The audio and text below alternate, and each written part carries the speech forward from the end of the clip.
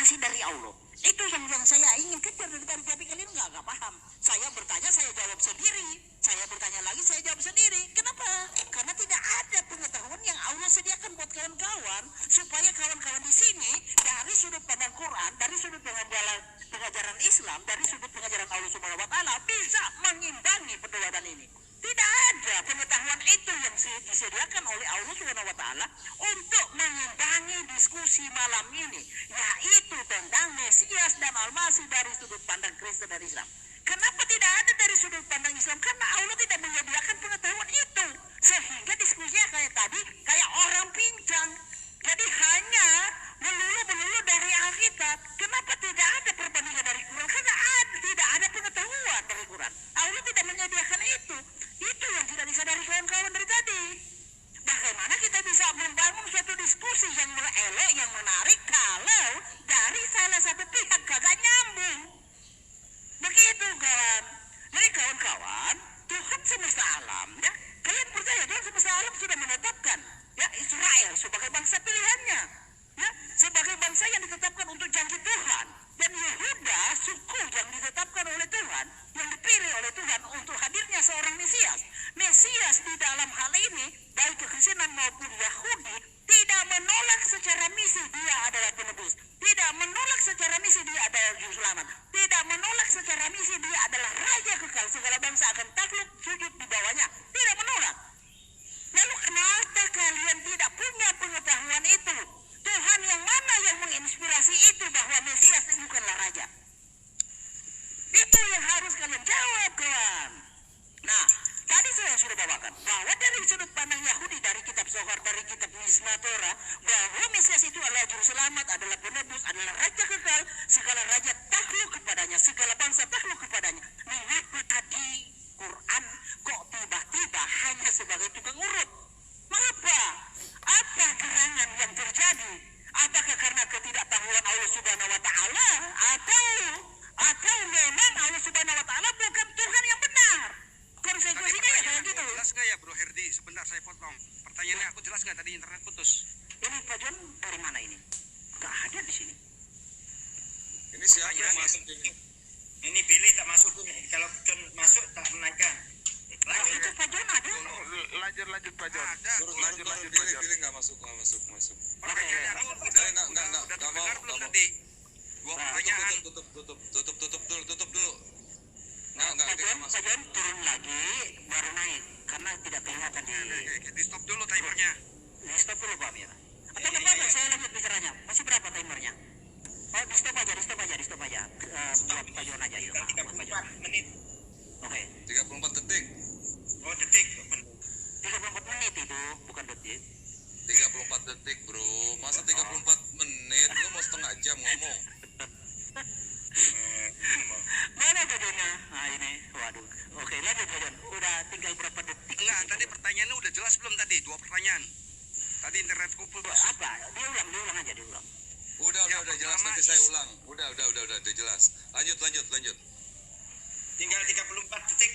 Silakan. Pertanyaan ketiga ya. Serius. Tadi pertanyaan mana petunjuk Mesias di Quran gitu loh. Apakah Allah tidak tahunya segala macam?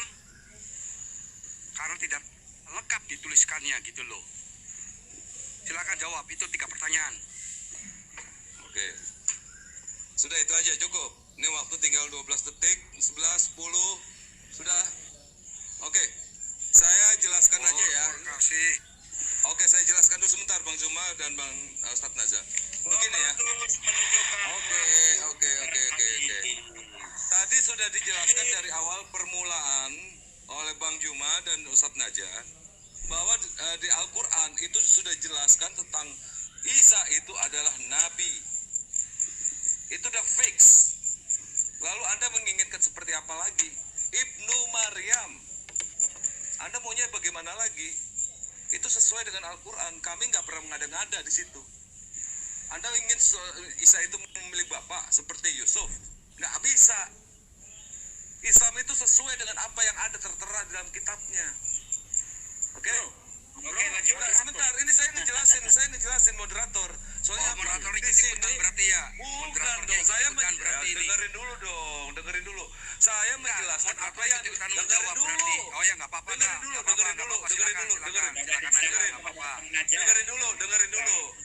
Cuma Saya moderator di sini yang menyimak semua terjadi diskusi di sini. Paham? Tadi Bang Zuma menyatakan ini ayat Quran ada. Itu menjawab dari pertanyaan Anda semua. Tapi kalau ada kurang puas silakan. Bang Zuma silakan maju Bang Zuma atau Ustadz Najwa untuk menjawab pertanyaan yang mesti diulang-ulang kembali. Baik. Ya. Bismillahirrahmanirrahim. Iskalallahu ya Isa bin Maryam, "Zkuru ni'mati 'alaika wa 'ala walidatika." Ya.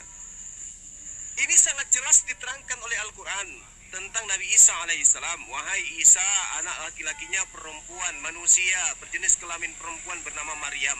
Ingatlah nikmatku kepadamu dan kepada ibumu sewaktu aku menguatkan kamu dengan Roh Kudus. Engkau dapat berbicara dengan manusia pada waktu masih dalam buayan dan setelah dewasa. Dan ingatlah ketika aku mengajarkan menulis kepadamu juga hikmat, Torah dan juga Injil. Dan ingatlah ketika engkau membentuk dari tanah berupa burung dengan seizinku. Kemudian engkau meniupnya lalu menjadi seekor burung yang sebelahnya dengan seizinku.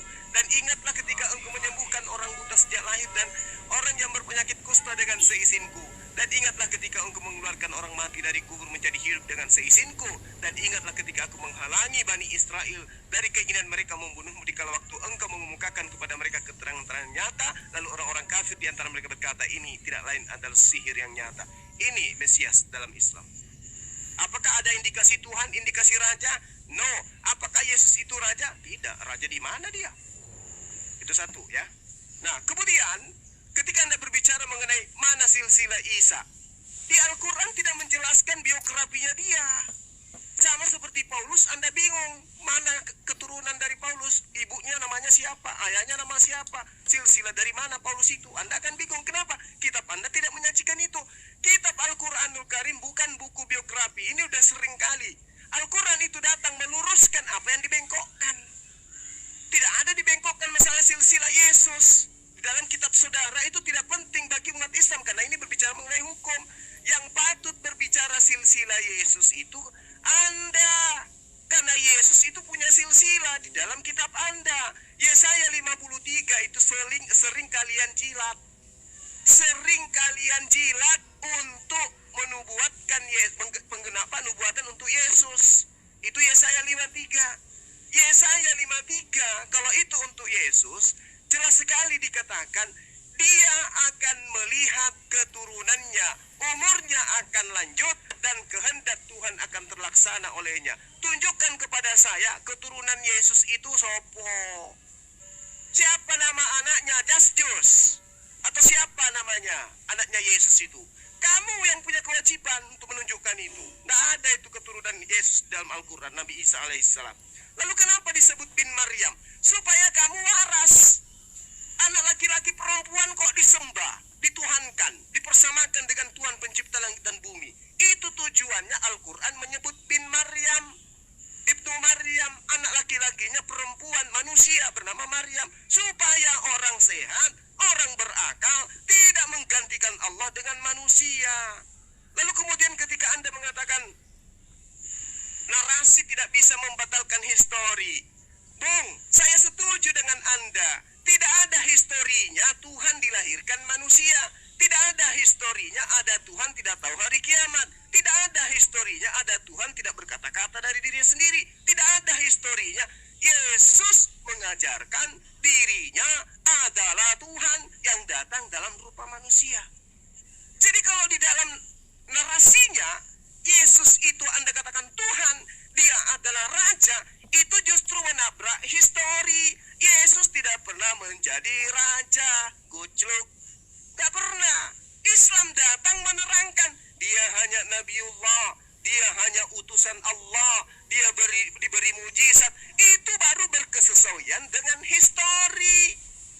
Yang kamu bangun dalam kitabmu, dengan matinya Yesus, maka dia telah membatalkan hukum Taurat bersama dengan apa yang ketetapan yang ada di dalamnya. Tabrakan dengan histori, karena historinya Yesus mengatakan dalam Lukas 16 nomor 17, lebih mudah langit bumi ini lenyap daripada satu titik dari hukum Taurat itu batal. Itu historinya. Lah kemudian narasi yang kau bangun apa? Yesus itu adalah Tuhan yang datang kemudian mati di atas tiang salib. Ini yang ngajarin sopo sampean. Ya. Lalu kemudian ketika Anda mengatakan tukang urut, itu masih mending. Karena memang Yesus ketika dia menyembuhkan, dia mengusap daripada Tuhan yang diurut. Ayo. Tuhan diurut, manusia diurut. Ketika sudah diurut, menjadi Tuhan. Piye to mas, Bang bingung jadi bingung. Silakan Dinda Wafi. Bismillahirrahmanirrahim. Pertanyaan pertama ya dari Mas John Timothy, kenapa tidak disebutkan secara lengkap di dalam Al-Quran tentang silsilah Isa, Al-Masilah, begini dan begitulah. Ya, tadi sudah dijawab oleh Bang Zuma. Jadi Al-Quran itu bukan kitab biografi ya, gitu loh. Makanya ada tujuan ketika Al-Quran menceritakan sesuatu, itu ada tujuan. Contoh, wa kullan naqussu 'alaika min amba'ir rusul ma nuthabbitu bihi fu'adak. Semua cerita para rasul aku ceritakan kepada kamu Muhammad untuk meneguhkan hati kamu. Ada beberapa dakwah para nabi diceritakan di dalam Al-Quran. Tujuannya salah satunya meneguhkan hati Nabi Muhammad bahwa dakwah para nabi ini A sampai Z, begini dan begitu. Ada kaumnya yang membangkang seperti di kalangan Bani Israel, sampai nabi-nabi dibunuh dan begini dan begitu. Jadi ada tujuan gitu loh. Daripada kitab suci yang menerangkan, mencoba ya, yang Anda anggap suci ya, mencoba menerangkan silsilah Yesus, tetapi antara Matius dan Lukas saling cakar-cakaran. Dari Daud sampai Yesus, Lukas mencatat 42 generasi, sedangkan Matius cuma 27 generasi. Ini kan sudah saling cakar-cakaran. Keduanya berusaha mengait-ngaitkan Yesus harus menjadi keturunan Daud, tapi ternyata saling bertentangan dan jaraknya jauh, sangat jauh begitu. Daripada kita percaya kepada kitab suci yang menerangkan biografi dengan begitu luasnya ternyata bertentangan semua, mending Al-Quran dan ketika setiap bercerita ada suatu ayat yang menerangkan tentang sejarah hukum, itu benar-benar fix, benar-benar bisa dikonfirmasi data sejarahnya begitu. Nah, pertanyaan kedua dari Mas John ya, kenapa Isa ini kok bin Maryam? Ya, kok bin Maryam? Seharusnya kan yang namanya keturunan yang bin ya, itu kan kepada jalur laki-laki seharusnya ya. Kenapa kok ini kepada jalur perempuan? Kan sudah jelas, ayat yang sudah saya terangkan di awal itu sudah jelas. Haitsu la aban lahu. Haitsu la abalahu. Karena tidak punya anak, maka Ibnu Maryam maksudnya walidu Maryam, putranya Maryam. Dan ini dikonfirmasi oleh Bible. Makanya ketika Bible berusaha mendatangkan ayah biologis yang bernama Yusuf, harus ada yang digarismiringi bahwa tidak ada ya keterkaitan darah antara Yesus dengan Yusuf. Kenapa? Karena Pak Yusuf itu adalah orang yang baru datang dan diterangkan di dalam Bible bahwa Pak Yusuf tidak pernah tidur bersama Maria sampai Yesus lahir. Kan begitu. Daripada menerangkan silsilah yang antara Matius sama Lukas dianggap kitab suci, tetapi keduanya saling cakar-cakaran, gak ketemu siapa yang benar, kan mending Al-Quran. Kan begitu. Seharusnya kamu ikut Al-Quran. Jangan ikut kitab biografi gitu loh. Yang mana biografinya pun antara dua penulis ya, dua itu ya, kalau istilahnya itu seperti di kuliahan itu seperti skripsi ya. Skripsinya Lukas dengan skripsinya Matius ternyata saling bertentangan. Entah siapa dosennya yang mensohihkan nanti itu. Seharusnya ada validasi dari Yesus siapa yang benar. Ternyata kan tidak. Karena baru ditulis puluhan tahun setelah Yesus meninggal. Kan seperti itu. Dan itu pun mayitnya gak ketemu ada di mana. Nah, jadi Al-Quran ini dalam menjelaskan sesuatu itu bisa fakta sejarah teman-teman, gitu loh. Sedangkan Anda jangankan jauh-jauh kepada silsilah Yesus atau kepada Mesias ya. tentang penyalipan saja antara Kristen dan Kristen lain ini masih bertentangan gitu loh. Jadi ketika Anda sudah menyerah untuk membahas Mesias, maka Anda seharusnya sudah bilang dari tadi, bukan malah bahas masalah silsilah. Saya kan sudah bilang di awal, kalau Anda mau bahas silsilah, mati kutu kamu nanti. Kenapa? Karena kitab kamu menentang kitab kamu sendiri. Lukas menentang Markus, Matius menentang Lukas. Yang keduanya sama-sama memiliki perspektif yang sangat berbeda. Oke, Bang Najah.